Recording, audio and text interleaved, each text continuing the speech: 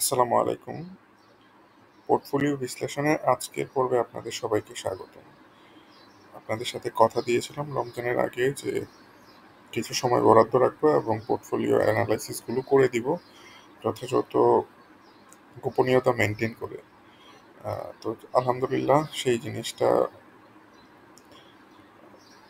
রক্ষা করতে পারছি। তো আমরা আজকে আমাদের পোর্টফোলিও বিশ্লেষণ করব হচ্ছে জাহাঙ্গীর আলম ভাইয়ের। তো উনি ওনার পোর্টফোলিওতে বেশ কিছু শেয়ার রেখেছেন। আমরা পোর্টফোলিওর বর্তমান অবস্থাটা দেখি। যদি আপনারা দেখেন যে পোর্টফোলিওতে ওনার প্রায় 10 লাখ টাকা শেয়ার কেনা আছে, যেটা 25% আনরিয়েলাইজড লসে ভ্যালু দাঁড়িয়েছে 8 লাখ টাকা। আর উনি 24 লাখ টাকার মতো ইনভেস্ট করেছিল এবং 4 লাখ টাকার মতো লস হয়েছে ওনার। জাস্ট চিন্তা করে দেখেন, সবাই মার্কেটে কিন্তু এই ধরনের লসের শিকার হচ্ছেন আপনারা। যাই ইনভেস্ট করা থাকে না কেন, তার চেয়ে অনেক বেশি তার অনেক বেশি লস হয়ে যাচ্ছে আপনাদের। এই লসগুলা কাভার করা আমাদের মার্কেটের জন্য খুব কঠিন একটা ব্যাপার। আপনারা যদি দেখেন যে আমাদের বাংলাদেশের মার্কেট 2025 2018 সালের পর থেকে কোনো গেইন দেয়নি। 2016 সালে মার্কেট 5,200-তে ছিল, এখনো মার্কেট 5,200-র আশেপাশেই আছে। দেখেন, এটা হচ্ছে 2016 সাল। 2016 সালে মার্কেট 5,200-তে ছিল। দেখেন, 2016 সালে 5,200-তে ছিল। ইভেন যদি দেখেন যে 2014 সালেও 5,200-তেই ছিল। মাঝখানে মার্কেট বাড়ছে, কিন্তু এই বাড়ার পরে যতটা বাড়ছে ততটাই কমে গেছে। এই বাড়া কমার মধ্যেই আছে, এটা কোনো স্টেডি গ্রোথ দেয় নাই। 5,200-তে এখন পর্যন্ত আছে। হোয়ার ইজ আপনি যদি ইন্ডিয়ার মার্কেট দেখেন, নিফটি 50 দিয়েই দেখাচ্ছি। ইন্ডিয়ার মার্কেট দেখেন, 2014 সাল থেকে সে এখন পর্যন্ত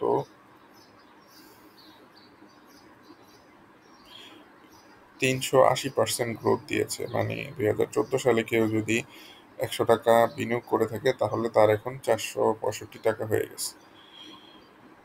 আহ, এটা এটা আসলে আমাদের দুর্ভাগ্য, আমাদের মার্কেটের এই অবস্থা। শুধুমাত্র এই ইন্ডিয়া না, যদি আমরা পাকিস্তানের মার্কেটটাও দেখি, পাকিস্তানের মার্কেটের নাম বলে গেছি, কেএসই 30 ইন্ডেক্স। পাকিস্তানের মার্কেট যদি দেখেন, 2014 সাল থেকে এখন পর্যন্ত তারা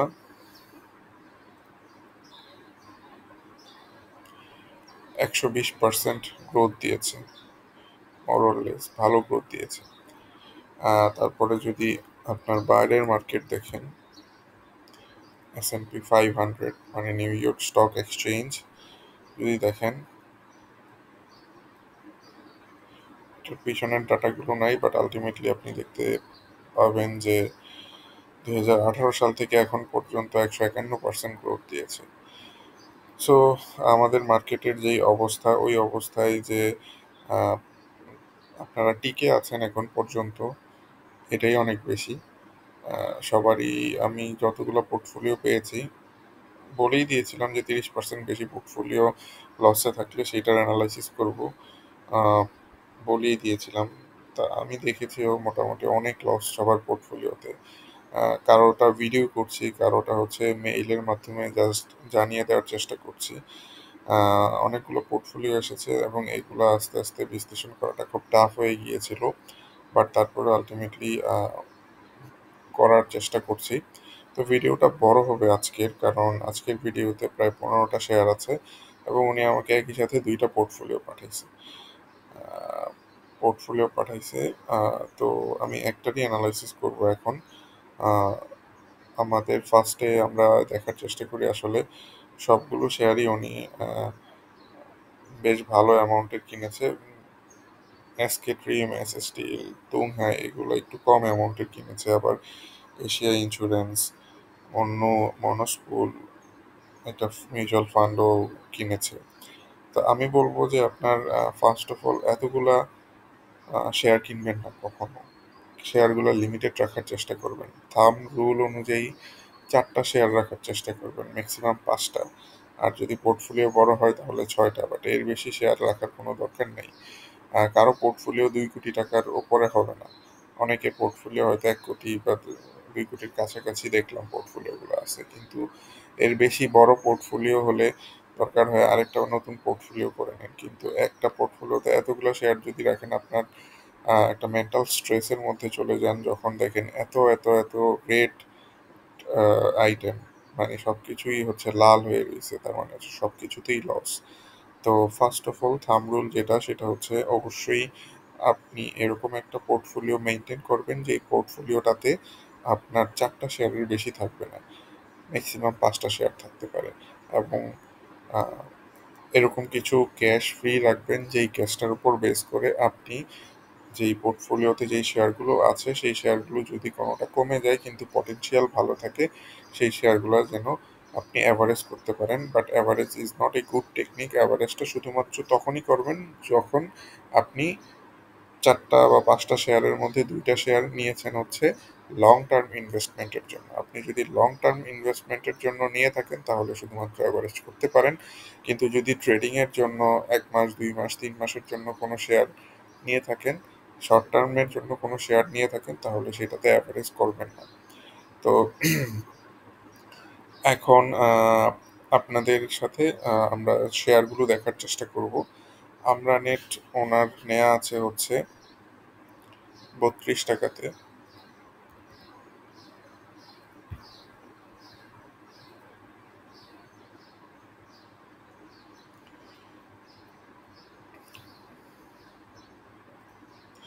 আমরা উইকলি চার্ট থেকে আরো জুম করে দেখছি, আমরা নেটটা মোটামুটি অনেকটা নিচে নেমে গিয়েছে, দেখেন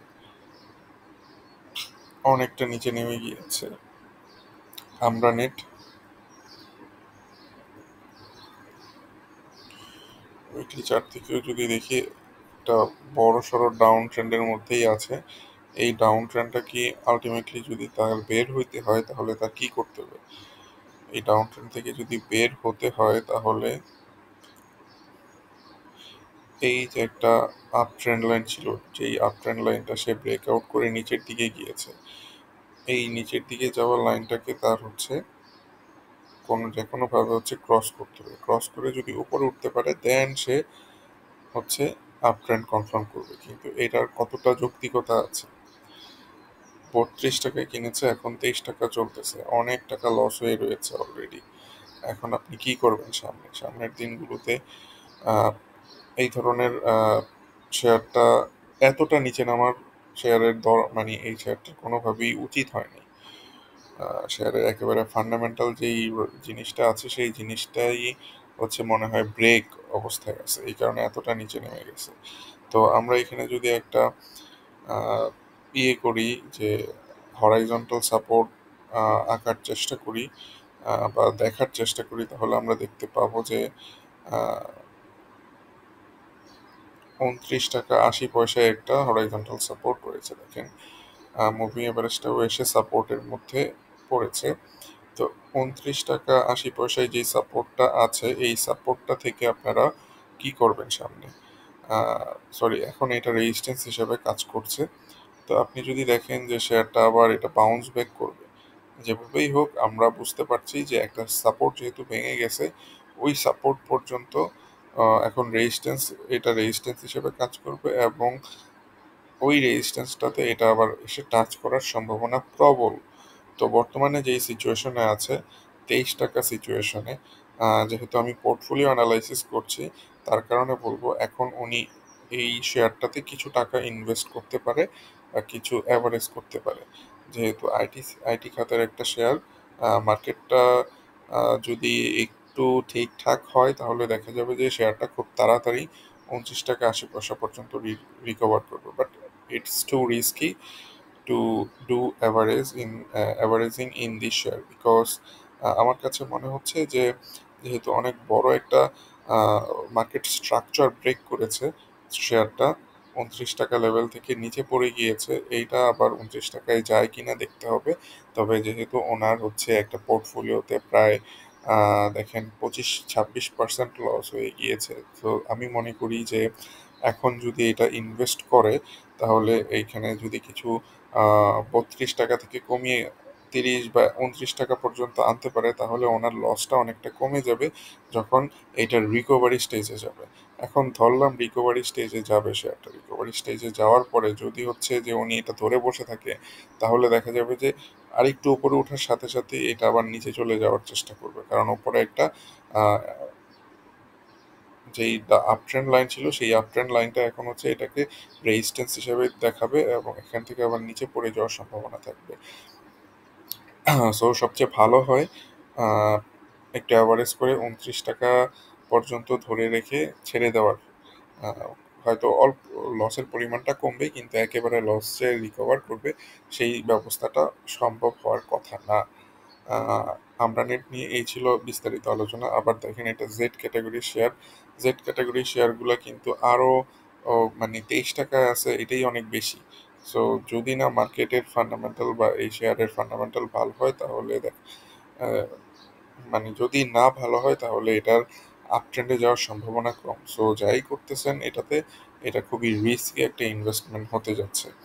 কারণ এই রিস্কি ইনভেস্টমেন্টগুলো আপনার নিজ দায়িত্বে করবেন, কখনো আমার রিকমেন্ডেশনকে হচ্ছে নিজের রিকমেন্ডেশন বানিয়ে নেবেন না, চেষ্টা করবেন ভালোভাবে দেখে আপনার যেটা ভালো মনে হয় সেই জিনিসটা করার জন্য এবং সেই ডিসিশনটা নেওয়ার জন্য। আমান ফিট সম্পর্কে আমরা একটু দেখব। আমান ফিটের ওনার বাই প্রাইস ছিল হচ্ছে 46 টাকাতে, বর্তমানে 41% লস। আমান ফিটের উনি কিনেছে হচ্ছে, দেখি যে অ্যাভারেজ যদি করে থাকে তাহলে ওনার এখন অ্যাভারেজ প্রাইসটা হচ্ছে 46 টাকা। এই লেভেলে কি শেয়ারটা কখনো যাবে কিনা, এই লেভেলে শেয়ারটা কখন যাবে তার কোনো ঠিক ঠিকানা নাই। আর আদৌ যাবে কিনা সেটারও বলা যাচ্ছে না। বাট তারপরেও চলেন আমরা দেখি যে এটা টেকনিক্যালি কি বলছে। টেকনিক্যালি আমরা এটা শেয়ারটাকে একটা ডাউন ট্রেন্ড লাইনের ওপর থেকে বারবার রেজিস্ট্যান্স পেতে দেখছি, বারবার ডাউন ট্রেন্ড লাইনে ধাক্কা খেয়ে সে নিচে চলে আসছে। দেখেন ডাউন ট্রেন্ড লাইনটা খুব স্ট্রং একটা ডাউন ট্রেন্ড লাইন, এই ডাউন ট্রেন্ড লাইনটা বারবার শেয়ারটাকে নিচের দিকে চলে আসতে বাধ্য করছে। সো আমরা যদি এখন দেখি যে 2022 সালে, তারপরে হচ্ছে 2024 সালের জানুয়ারিতে, 24 সালের অগাস্টে, তারপর হচ্ছে 25 সালের জানুয়ারিতে এই ডাউন ট্রেন্ড লাইনটা থেকে শেয়ারটা বারবার রেজিস্ট্যান্স পেয়ে নিচে চলে এসেছে। সো চেষ্টা করছে রেজিস্ট্যান্স ব্রেক করার জন্য বাট পারছে না। আবার যদি একটা বড় ভিউতে দেখি তাহলে আপনারা দেখতে পাবেন যে শেয়ারটা কিন্তু জাস্ট অনেক বড় সড়ো অনেক আগে থেকে একটা ডাউন ট্রেন্ডে রয়েছে। শেয়ারটা মেইন ফোকাসে হচ্ছে সে নিচের দিকে চলে আসছে, দেখেন মানে সে জাস্ট এখানে দেখেন যে তার টেন্ডেন্সিটাই হচ্ছে নিচের দিকে চলে আসতেছে। সো এই যে ডাউন ট্রেন্ডের শেয়ারটা, এই শেয়ারটা থেকে আপনি কিভাবে লস রিকভারি করবেন বা কিভাবে এই শেয়ারটা থেকে বের হবেন? 46 টাকা তো কোনোভাবেই যাবে না। বর্তমানে একটা ভালো দিক যেটা হচ্ছে সে মুভিং অ্যাভারেজগুলোর উপরে গিয়েছে এবং মুভিং অ্যাভারেজগুলার হচ্ছে 50 day moving average, 30 day moving অ্যাভারেজও শেয়ারটার 200 ডে মুভিং অ্যাভারেজকে ক্রস করেছে। আগের দিনগুলোতে কিন্তু শুধুমাত্র শেয়ারটা কিছুটা স্পাইক দিয়েছিল 200 ডে মুভিং অ্যাভারেজের ওপরে, কিন্তু 30 ডে বা 34 ডে ইএমএ বা 50 ডে মুভিং অ্যাভারেজ কিন্তু এই 200 ডে মুভিং অ্যাভারেজকে ক্রস করে নেয়। সো এটা শেয়ারটার জন্য একটা ভালো দিক, একটা ভালো দিক। এবং আমার কাছে মনে হয় যে কোনো ভাবে যদি শেয়ারটা হচ্ছে এই টু এই ডাউন ট্রেন্ড লাইনটা ব্রেক করতে পারে তাহলে এটার ওপরে যাওয়ার সম্ভাবনা অনেক থাকবে এবং যদি যায় তাহলে দেখা যাবে যে বেশ কিছু জায়গায় সে রেজিস্ট্যান্স পাবে। ওপরের দিকে যত যাবে সে তত ধাক্কা বা তত বাধা পেতে থাকবে। একটা জায়গা হচ্ছে 35 টাকাতে এটা বাধা পাবে, আর আরেকটা জায়গা হচ্ছে 42 টাকাতে, খুব সুন্দরভাবে মিলে যাচ্ছে সবকিছু, 42 টাকাতে বাধা পাবে। আর ডাউন ট্রেন্ড লাইনের বৈশিষ্ট্য অনুযায়ী ডাউন ট্রেন্ড লাইনটা থেকে যদি আপনারা একটা উপর থেকে নিচ পর্যন্ত একটা লাইন ড্র করেন তাহলে দেখবেন যে এই লাইনটা যখন ব্রেক করবে তখন তখন দেখা যাবে যে আহ, যতটুকু ব্রেক করবে ততটুকু উপরে যাওয়ার সম্ভাবনা থাকবে। তো ওই হিসাবটা করে আমি ইন ফিউচার কি হবে সেটা যদি বিবেচনা করি, তাহলে আমি দেখতে পাবো যে এই জায়গাটাতে গিয়ে মার্কেটটা হচ্ছে ব্রেক করার সম্ভাবনা রয়েছে।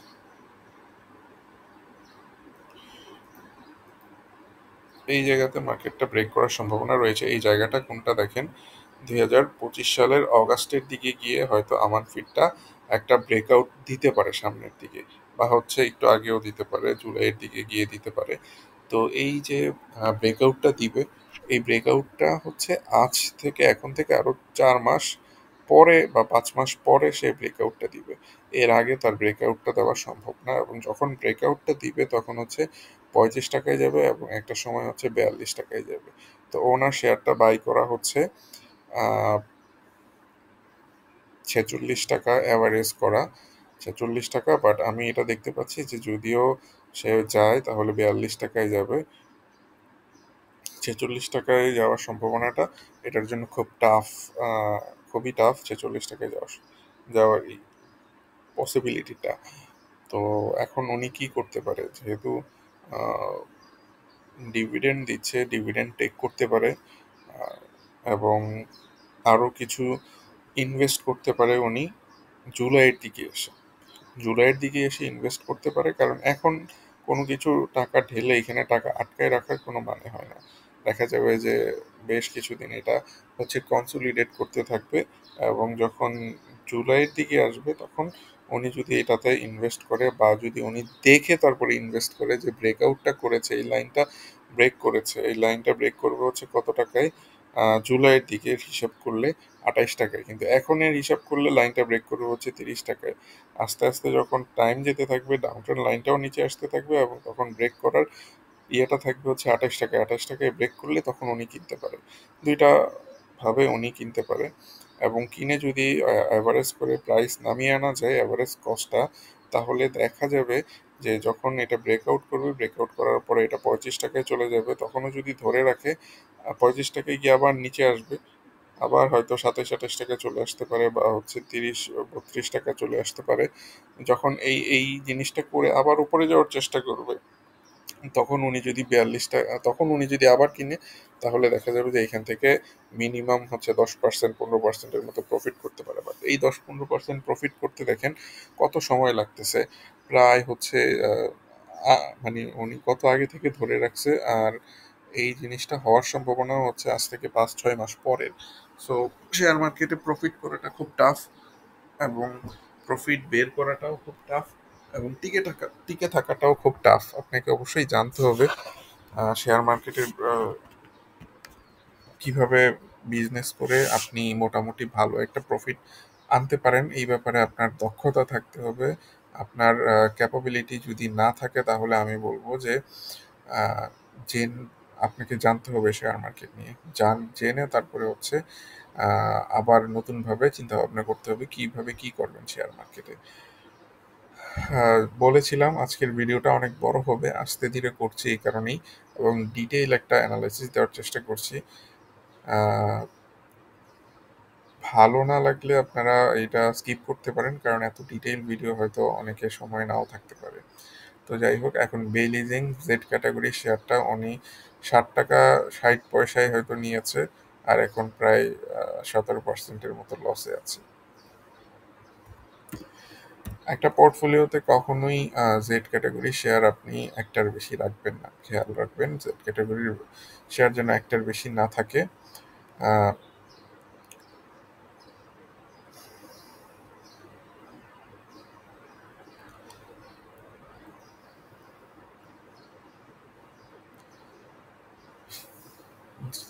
শেয়ারটা একেবারে মার্কেট স্ট্রাকচার ব্রেক করে অনেক নিচে চলে আসছে দেখেন। এতটা নিচে শেয়ারটা আসছে এখান থেকে, আর রিকভার করার জন্য যেই টাইমটা, এই টাইমটা সে হয়তো দিতে পারবে না। বর্তমানে যে সিচুয়েশনে আছে এখান থেকে হয়তো কিছুটা বাড়বে, আহ, কারণ একটা সাপোর্ট লেভেলে আছে। এই লেভেলটাও আবার ব্রেক করার চেষ্টা করছে, বাট আমার কাছে মনে হয় যে এটা ফেক ব্রেকআউট হবে, এবং এখান থেকে এই শেয়ারটা হয়তো একটা কুইক রিকভারি দিতে পারে, এবং এই রিকভারিটা যদি আরো আরো সময় নেবে। এত এত ইজিলি শেয়ারটা হয়তো এই রিকভারি দিবে না। এই পজিশনে বেশ কিছুদিন থেকে একটু বাড়বে হয়তো, ভাগ্য ভালো হলে এটা আরও বাড়তে থাকবে, আর না হইলে এটা আবার একটু বেড়ে আবার কমে যাবে। এই ধরনেরই মুভমেন্টগুলো হয় নরমালি। তো আমি বলব যে এই ৳৬০ ৳৬০ যাবে কিনা জানি না। আ অত অত দূরে আপনার চিন্তা করতে হবে না। আপনি এটা যদি শেয়ারটা যদি ৳৬০.৫০ও পান তাহলে এখান থেকে বের হয়ে যায়েন। যখন এটা বাড়বে তখন হয়তো একটা বড়সড় গ্যাপ দেওয়ার চেষ্টা করবে এবং এটা ৳৬.৩০ বা ৳৬ থেকে দেখা যাবে যে একটা সময় ৳৭.৫০ বা ৳৭.৬০ ও যেতে পারে। তবে আপনি যেই জায়গাগুলোতে শেয়ারটা কিনেছেন এখন সেই জায়গাগুলোতে হচ্ছে শেয়ারের রেজিস্ট্যান্স গুলা রয়েছে। একটা একটা রেজিস্ট্যান্স রয়েছে ৳৮.৩০ কিন্তু দেখা যাবে যে যত দিন যাবে রেজিস্ট্যান্স এই মুভিং এভারেজটা তত নিচে চলে আসবে। নিচে চলে এসে শেয়ারটাকে আরো বেশি রেজিস্ট্যান্স দিতে থাকবে। হিসাব করে দেখতেছি যে এখানে মুভিং এভারেজটা যদি নেমেও আসে হয়তো ৳৭.৪০ পর্যন্ত যেতে পারে। কিন্তু ওই যে একটা স্পাইক হয়তো দিবে ৳৭.৫০ তো সেই স্পাইকটা যদি ধরেন রিস্কি হয়ে যায় তারপরেও বলব যে ৳৭.৫০ যদি বসায় রাখতে পারে তাহলে ওখান থেকে উনি হয়তো বের হয়ে আসতে পারবে শেয়ারটা থেকে।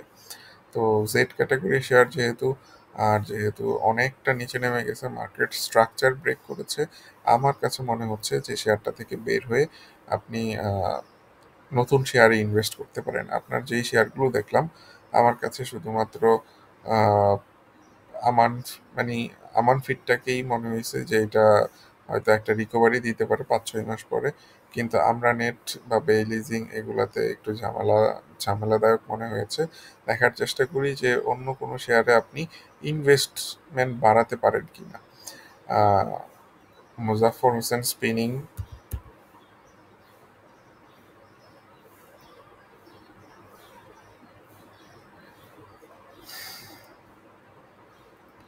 একেবারে বড় একটা ভিউতে যদি দেখি আমরা তাহলে দেখতে পারি যে মরলেস শেয়ারটা একটা প্যাটার্নের মধ্যে ছিল।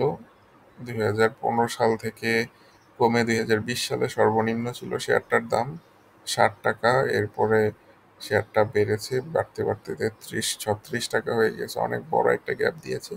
দেন আবার কমতেছে, কমে এইটা ৳১২ থেকে এখন বর্তমানে ৳১৫ না ৳১৬ অবস্থান করছে। তো আমরা যদি বড় দাগে শেয়ারটার সাপোর্ট রেজিস্ট্যান্স দেখি তাহলে দেখতে পারি যে এটার তেরো টাকায় একটা সাপোর্ট রয়েছে।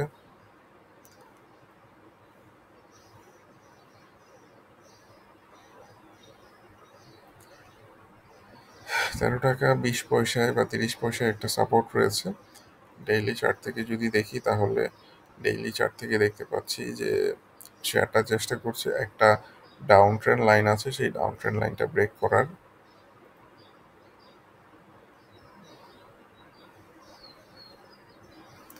আমাদের মার্কেটে এখন এই ফ্লোর প্রাইস দেওয়ার পরে কোনো শেয়ারেরই হচ্ছে অ্যানালাইসিস করা যায় না ওইরকমভাবে, কারণ তাদের মার্কেট স্ট্রাকচার বা তাদের চার্টিং প্যাটার্নটা চেঞ্জ হয়ে গিয়েছে। এই ধরনের প্যাটার্নে আপনি চাইলেই হচ্ছে যে পারফেক্ট কোনো কিছু ড্র করতে পারবেন না। দেখেন কোনো কিছুই ড্র করা যাচ্ছে না। বর্তমানে একটা যেহেতু সাপোর্ট বড়সড় একটা সাপোর্ট ছিল এখানে সাপোর্ট থেকে ব্রেকআউট করছে। আগামী ৩-৪ মাসের কিছু ডিভিডেন্ড মৌসুম থাকবে। সো এই মৌসুমে দেখা যাবে যে শেয়ারের দামগুলা বাড়তে থাকবে। ব্যাংকের শেয়ারের পরে হয়তো টেক্সটাইলের শেয়ারটা বাড়ার সম্ভাবনা রয়েছে। তো এটা যদি বাড়তে থাকে তাহলে দেখা যাবে যে ৳২১.৮০ এটার একটা রেজিস্ট্যান্স থাকবে। ওই রেজিস্ট্যান্স থেকে হয়তো আবার নিচে চলে আসবে, কারণ এইটার যে ডাউন ট্রেন্ডটা সেই ডাউন ট্রেন্ডটা এখন পর্যন্ত প্রিভেইল করছে, অনেকটা পড়ে গেছে। দেখার বিষয় যে আবার ৳১৩.৩০ ফিরে আসে কিনা। আর অসম্ভব কিছু না, ৳১৩.৩০ ফিরে আসতে পারে। বাট এটা যেহেতু একটা ডিভিডেন্ডের সময় থাকবে এবং এখান থেকে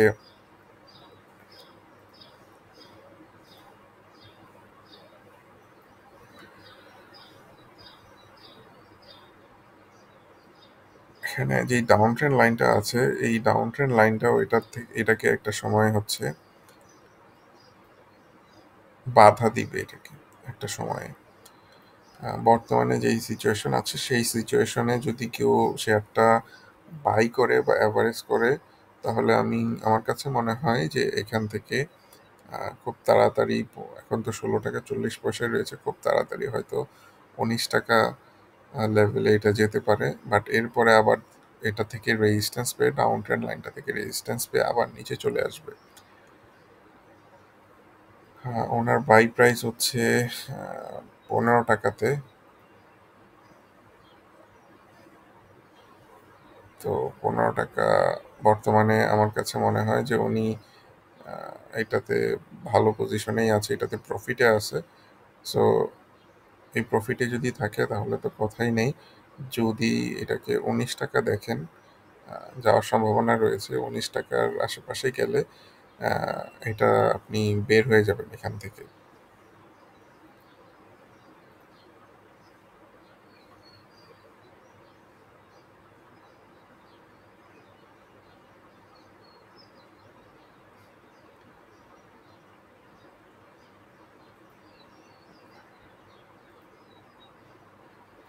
তো এর পরের কি শেয়ার রয়েছে দেখার চেষ্টা করি, যে মুন্নু ফেব্রিক্স।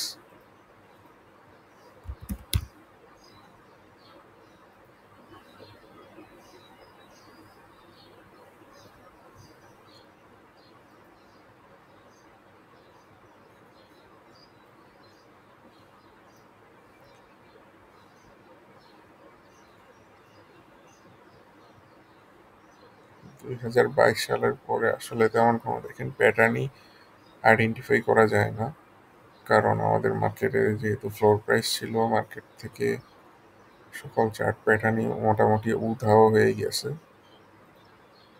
কোনো কিছুই ঠিক মতো কাজ করে না।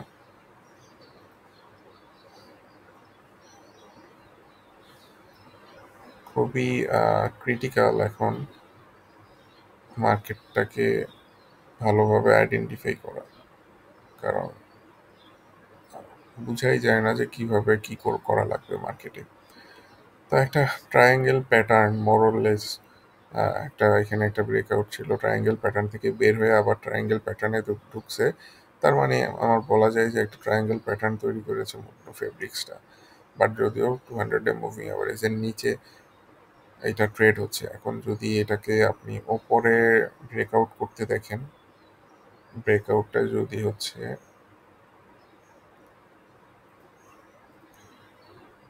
এই দিকে হয়, এই ট্রায়াঙ্গেলের বাইরে যায়, প্রাইসটাও বলে দিই 17 টাকা 50 পয়সার উপরে যদি দেখেন ট্রেড হচ্ছে, এটাতে এন্ট্রি নিয়ে নেবেন। আর যদি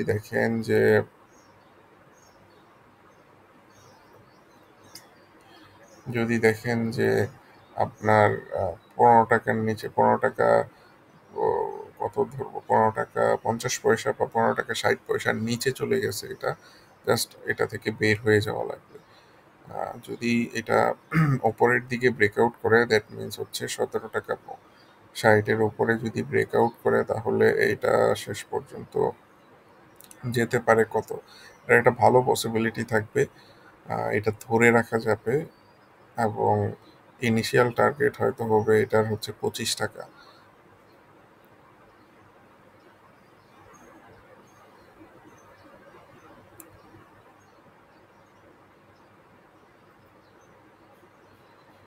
ইনিশিয়াল টার্গেটটা হচ্ছে 26 টাকা দেখাচ্ছে। তো এনিওয়ে, এটা যদি ব্রেকআউটটা করে আমরা এটাকে 26 টাকা পর্যন্ত লং টার্মে যেতে দেখব। শর্ট টার্মে যাবে আবার কমবে, আবার যাবে আবার কমবে, এরকমভাবে হবে। বাট আলটিমেটলি লং টার্মে এটা 26 টাকা পর্যন্ত পৌঁছানোর খুব ভালো সম্ভাবনা রয়েছে যদি ব্রেকআউটটা উপরের দিকে করে। আর যদি নিচের দিকে করে তাহলে তো কথাই নেই। এখন আপনি কি করবেন? অন্য ফেব্রিক্স আপনি কিনেছেন 26 টাকাতে, দেখেন 26 টাকাতে আপনি একেবারে অ্যাভারেজ কস্ট 26 টাকাতে আছে, 26 টাকা 10 পয়সায় এটার হাইয়েস্ট টার্গেট। এই টার্গেটটাতে যদি যায় তাহলে আপনার এটা ছেড়ে দিতে হবে। অ্যাভারেজ করতে পারেন অবশ্যই। অ্যাভারেজটা করবেন কখন? অ্যাভারেজটা করবেন হচ্ছে যখন আপনি দেখবেন যে 17 টাকার ওপরে এই শেয়ারটা ট্রেড হচ্ছে, 17 টাকা 60 পয়সার উপরে যখন একটা ট্রেড হচ্ছে বা বড়সড় ভলিউম হচ্ছে, তখন আপনি এটাতে এন্ট্রি নিয়ে নেবেন। আহ, মানে অ্যাভারেজ করতে থাকবেন, অ্যাভারেজ করে আপনার বাই প্রাইসটা কমায় ফেলবেন। মিনিমাম 22-23 টাকার মধ্যে নিয়ে আসবেন। এরপরে এটা থেকে যখন আস্তে আস্তে বাড়বে 26 টাকায় গেলে এটা ছেড়ে দিবেন। সো এই একটা মানে কয়েকটা জিনিস কিন্তু বলেছি, এই জিনিসগুলা খেয়াল রাখেন, ধরে রাখেন। অনেক বড় হয়ে যাচ্ছে ভিডিও, তারপরেও চেষ্টা করব ভিডিওটা কন্টিনিউ করে দেওয়ার জন্য। কারণ ফুল ডিটেইল যদি না বলি তাহলে এই টাকার ব্যাপার, লাখ লাখ টাকার ব্যাপার এখানে। সো এটা এটা খুবই ইম্পর্টেন্ট যে ইন ডিটেইল যেন সব কিছু বলে দেওয়া থাকে। আচ্ছা, প্রোগ্রেস লাইফের ওনার 19% লস। উনি কিনেছে 48 টাকা 90 পয়সায়, অ্যাভারেজ প্রাইস।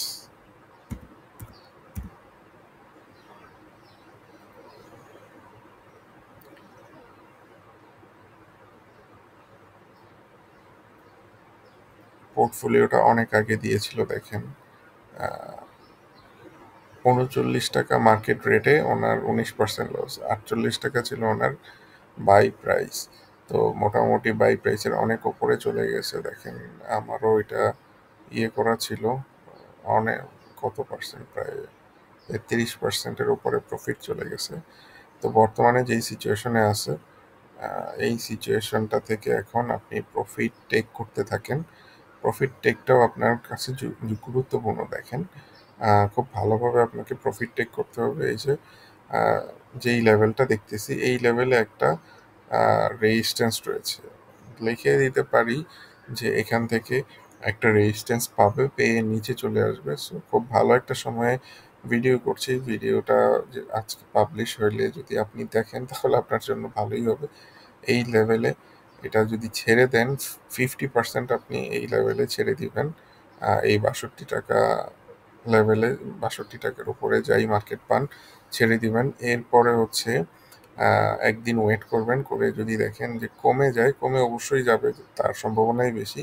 পরের দিন আবার দেখবেন আর একটু বাড়বে, বা যদি ভাগ্য খারাপ থাকে পরের দিনও আরও কমে যাবে। দেন আপনি আস্তে আস্তে আপনার বাকি 50%-এর 10% করে ছাড়তে থাকবেন প্রত্যেক দিন। এটা যদি বাড়তে থাকে তাহলেও আপনি প্রফিট পাবেন, আর যদি কমতে থাকে তাহলেও আপনি প্রফিটটা একেবারে উড়ে যাবে না। আপনি যেই প্রফিটটা করছেন সেই প্রফিটটা কম হবে, বাট তারপরেও আপনি একটা সেফ জোনে থাকতে পারবেন। জাস্ট এটা আমার একটা যে কারণ যেহেতু একটা রেজিস্ট্যান্সে রয়েছে, যদি রেজিস্ট্যান্সটা ব্রেকআউট করে ওপরে যায় তাহলেও যেন আপনি প্রফিট করতে পারেন, আর যদি রেজিস্ট্যান্সটা থেকে বাধা পেয়ে নিচে চলে আসে তাহলেও যেন আপনার প্রফিটটা একেবারে কমে না যায়। 50% সেল, আর বাকি 50% একদিন দেখার পরে ডিসিশন নেবেন, এই 10% করে ছাড়তে থাকবেন।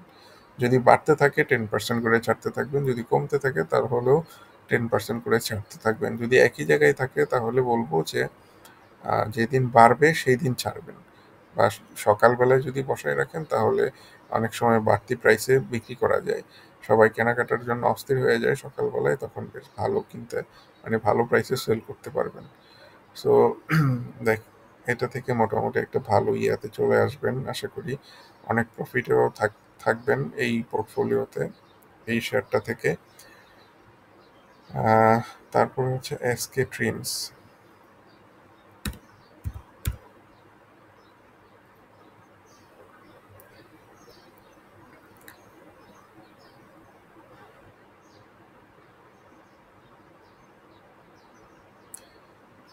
এসকে ড্রিমসের একটা রেজিস্ট্যান্স মানে রয়েছে হচ্ছে 23 টাকাতে, একটা সাপোর্ট রেজিস্ট্যান্স লাইন রয়েছে 23 টাকাতে, এবং বর্তমানে অনেকটা কমে গেছে।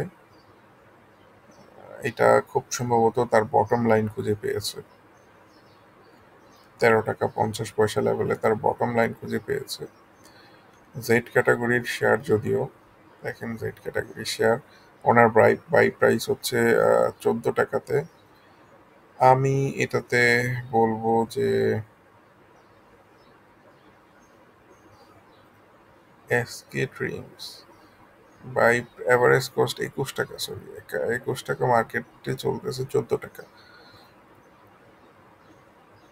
অনেকটা উপরে এভারেজ কস্ট। বাট আমি এটাতে বলবো যে এই শেয়ারটা একটা একটা একটা কনসোলিডেশন জোনে রয়েছে, একটা সাপোর্ট জোনে রয়েছে। এই জোনটা থেকে বের হবে সে নিশ্চয়ই উপরের দিকে বের হওয়ার সম্ভাবনাই রয়েছে।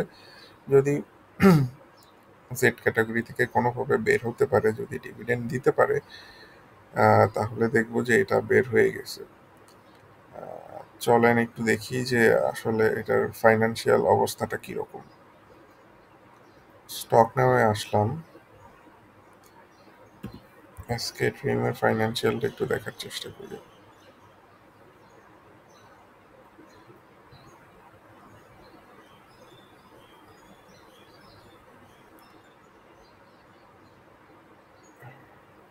Q1 অনেক টাকা লস করছে, Q2 Q3 প্রফিট করছে, অ্যানুয়ালাইজড হচ্ছে লসই দেখাচ্ছে, ডিভিডেন্ডও খুব কম দিচ্ছে, খুব বেশি ডিভিডেন্ড দিচ্ছে না। পাবলিক হোল্ডিং কমেছে, ইনস্টিটিউট হোল্ডিং বেড়েছে।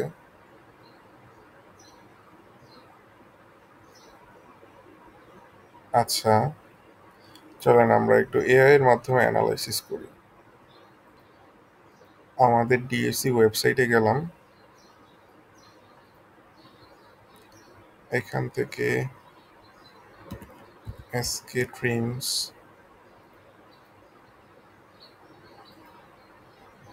এসকে ড্রিমসের এই ফাইলটা এখান থেকে ডাউনলোড করব।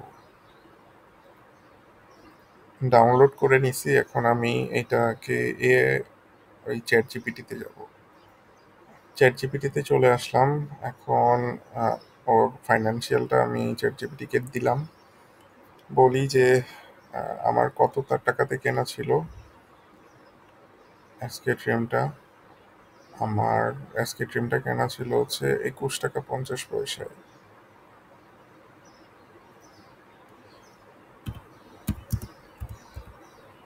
ড্রিমস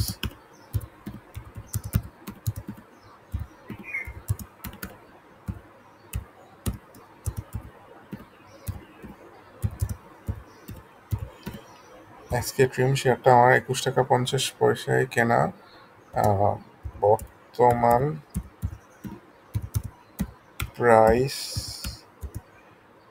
13 টাকা 90 পয়সা। আমি টেকনিক্যালি দেখতে পাচ্ছি এই শেয়ারটা একটা সাপোর্ট লেভেল এ আছে। ফান্ডামেন্টালি তুমি আমাকে চেক করে দাও যে এটা যদি আমি আরো কিনি এবং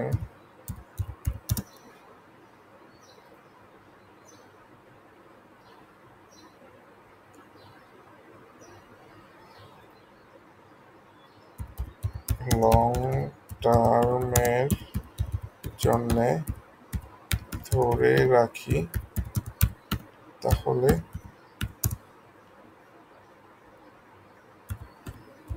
কেমন হবে? তুমি ফান্ডামেন্টাল অ্যানালাইসিস করে দেখো, এটা আমি লং টার্মে হোল্ড করতে পারবো কিনা।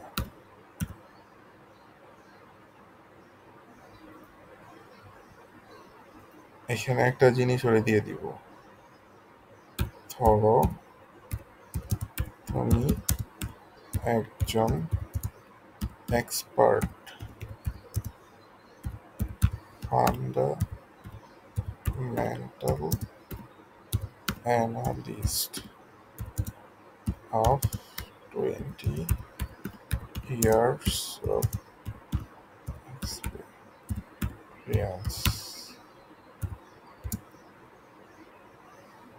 আচ্ছা, দেখি চলেন কি বলে। সে এখন অ্যানালাইসিস করছে, রিজনিং করছে, দেখেন।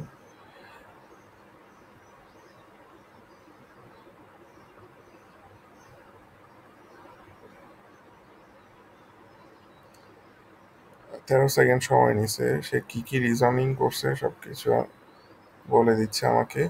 আমি 20 বছরের অভিজ্ঞতা সম্পন্ন একজন ফান্ডামেন্টাল অ্যানালিস্ট হিসেবে বলতে পারি, এসকে ট্রিমস অ্যান্ড ইন্ডাস্ট্রিজ লিমিটেডের ক্ষেত্রে কিছু ব্যাপার খেয়াল রাখতে হবে। আপনি 21 টাকাতে কেনার সিদ্ধান্ত নিয়েছেন অথচ শেয়ার মূল্য বর্তমানে বেশ নিচে আসছে। অনুযায়ী বেসিক ভিউ দেখে মনে হচ্ছে যে স্বামী নীতি অডিটেড ফাইন্যান্স স্টেটমেন্ট দেখে মনে হচ্ছে তো প্রফিট ক্রমাগত কমে এসেছে। 2020 থেকে 2024 পর্যন্ত প্রফিট কমেছে।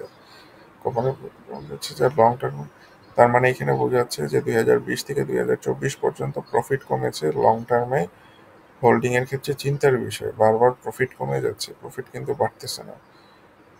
2020 সালে টাকা ছিল এখন 45, মানে কোটি টাকার মধ্যে হিসাব দেখাচ্ছে। আচ্ছা, ডিভিডেন্ড গত কয়েক বছরে কমে গিয়েছে। 2020-এ 15% ছিল, 2024-এ 1%। কমতে থাকা ডিভিডেন্ড নির্দেশ করে কোম্পানির আয় স্থিতিশীলতা ও শেয়ার হোল্ডারদের লাভ বিতরণের সমস্যা। পি রেশিও 46, অনেক বেশি।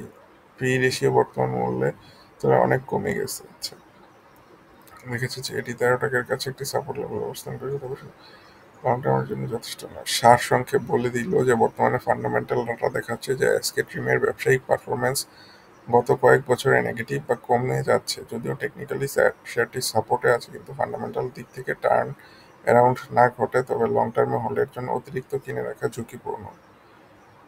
আপনি যদি লং টার্ম হোল্ড করার কথা ভাবছেন, তবে কোম্পানির ম্যানেজমেন্ট কিভাবে টার্ন অ্যারাউন্ড স্ট্র্যাটেজি বাস্তবায়ন করছে, প্রফিটেবিলিটি পুনরুদ্ধার করছে কিনা তা স্পষ্ট হয়ে নেন। অতিরিক্ত কেনার দরকার নাই। বর্তমানে 13 টাকায় সাপোর্ট লেভেলে থাকলেও ফান্ডামেন্টাল দুর্বলতা থাকা প্রবলেম।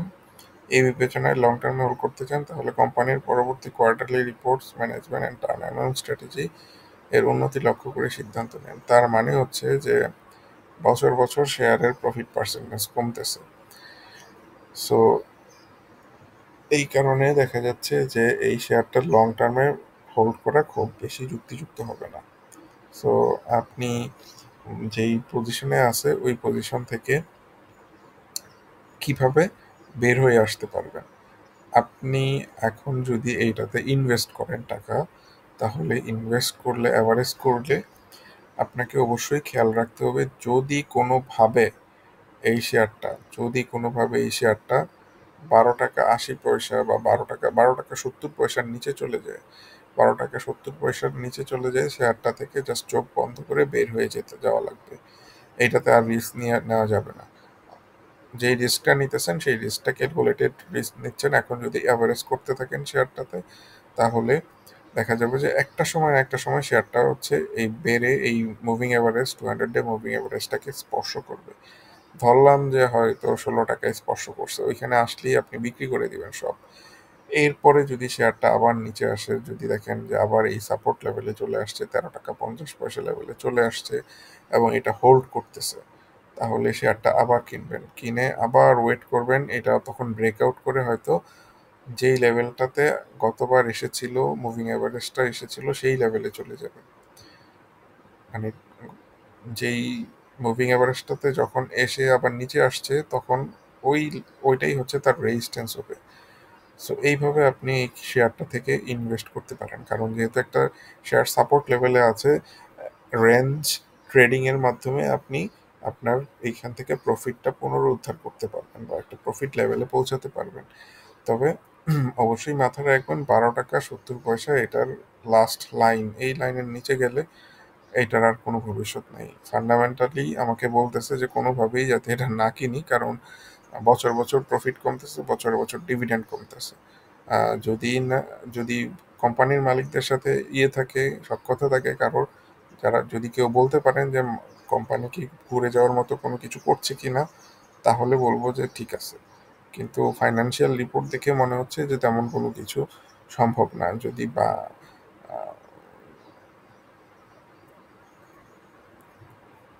কয়েক বছর এই লাস্টের 2টা কোয়ার্টার প্রফিট করছে, এই কারণে ইনস্টিটিউট দেখেন কিনছে। দেখেন ফার্স্টের কোয়ার্টারে হচ্ছে প্রফিট লস করছে, লাস্টের 2 কোয়ার্টার খুব সামান্য প্রফিট করছে, তাতেই ইনস্টিটিউট কিনে ফেলছে। তার মানে তারা চাচ্ছে যেহেতু এই কোম্পানিটা একটা প্রফিটের ধারায় ফিরে আসছে, হয়তো লং টার্মে ভালো করবে বা কিছু করবে, বাট আলটিমেটলি আপনার দেখতে হবে আরো সময় নিয়ে। যদি কখনো দেখেন যে এটার ইয়েটা ভালো হচ্ছে, কন্টিনিউয়াসলি গ্রোথ হচ্ছে কোম্পানির, তখন এই জিনিসটাতে ধরে রাখবেন এবং এটা একটা সময় দেখা যাবে যে 23 টাকা পর্যন্ত চলে যাবে।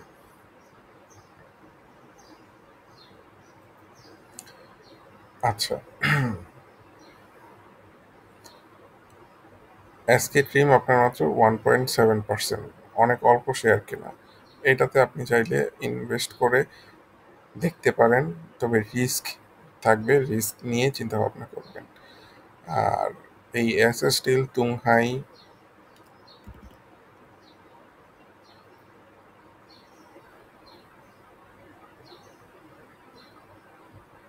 এস এস স্টিল যেহেতু আপনার অনেক কম আছে, এটা নিয়ে চিন্তা করারই দরকার নাই, এটা থেকে জাস্ট বের হয়ে যান।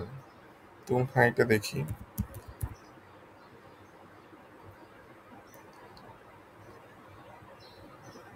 কোনো দরকার নেই, যে এই সিচুয়েশনগুলোতে আছে এই সিচুয়েশনগুলো থেকে এগুলা এগুলা নিয়ে টেনশন বা চিন্তা করারই দরকার নেই।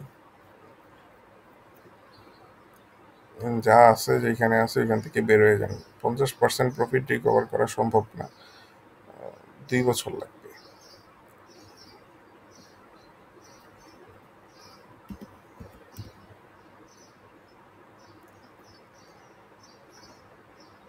অ্যাপেক্স টেনারি পড়তেই আছে, মালিকও মারা গেছে কয়েকদিন আগে।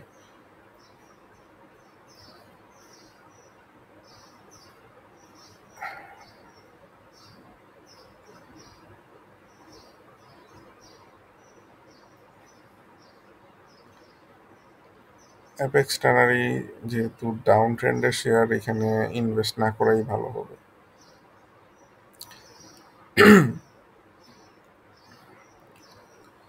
আর ইনভেস্টমেন্ট যেটা আছে সেটা 86 টাকায় আছে, বর্তমানে প্রাইস হচ্ছে 66 টাকা।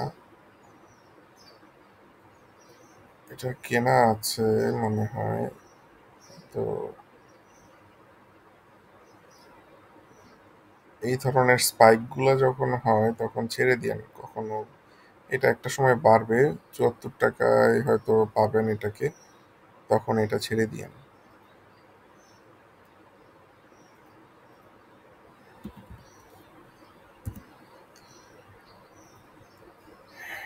এশিয়া ইন্স্যুরেন্স, না এটা একটা ডাউন ট্রেন্ডের মধ্যে রয়েছে, এটা ধরে রেখে লাভ নেই আপনার। আরো কমবে, কমে হয়তো আরো অনেকটা নিচে নামবে, এটা জাস্ট ছেড়ে দেন। 3% আছে। ইস্টার্ন ইন্স্যুরেন্স,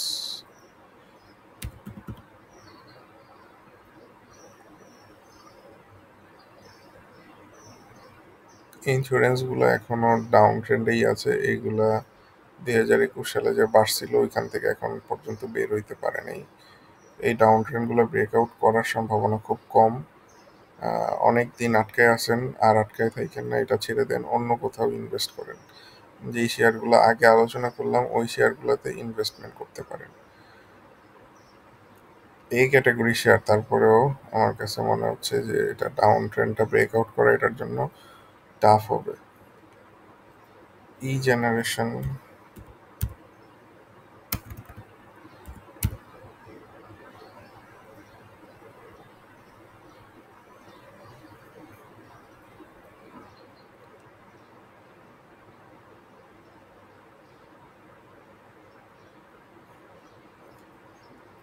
এই জেনারেশনটা হোল্ড করা যাবে আশা করছি। 33 টাকায় কেনা আপনার, এটা আপনি হোল্ড করতে পারেন, এটাতে ইনভেস্টমেন্টও বাড়াতে পারেন।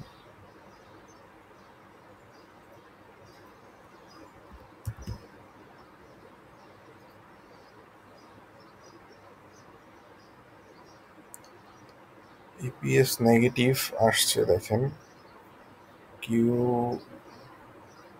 Q1, Q2, Q3 EPS negative চলে আসছে। তারপরে তারপরে আমি বলবো যে এইটার ইয়েটা ভালো আছে, টেকনিক্যাল দেখে ভালো মনে হচ্ছে। এটা যদি ব্রেকআউট করে তাহলে একটা সময় আপনি এটাকে ৳৩০ লেভেল পর্যন্ত দেখতে পাবেন। সো এইটাতে আপনি চাইলে ইনভেস্ট করে রাখতে পারেন। খেয়াল রাখবেন যে আ আপনার এই শেয়ারটা যদি ৳22 র নিচে চলে যায়, ৳22.50 নিচে চলে যায়, তাহলে এখান থেকে বের হয়ে যাবেন। এটাতে থাকবেন না। কারণ তখন মার্কেট স্ট্রাকচারই নষ্ট হয়ে যাবে এটার।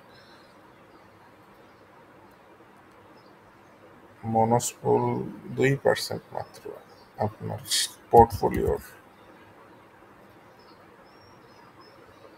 না, এটা জাস্ট ছেড়ে দেন, এটাতে থাইকেন না, অনেক নিচে যাবে আরো।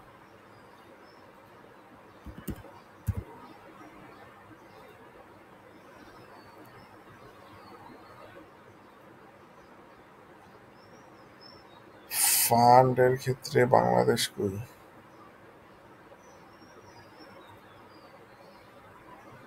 কোনটা কিনছে আমি দেখি। সেম লিভ লিভ এলএসএফ।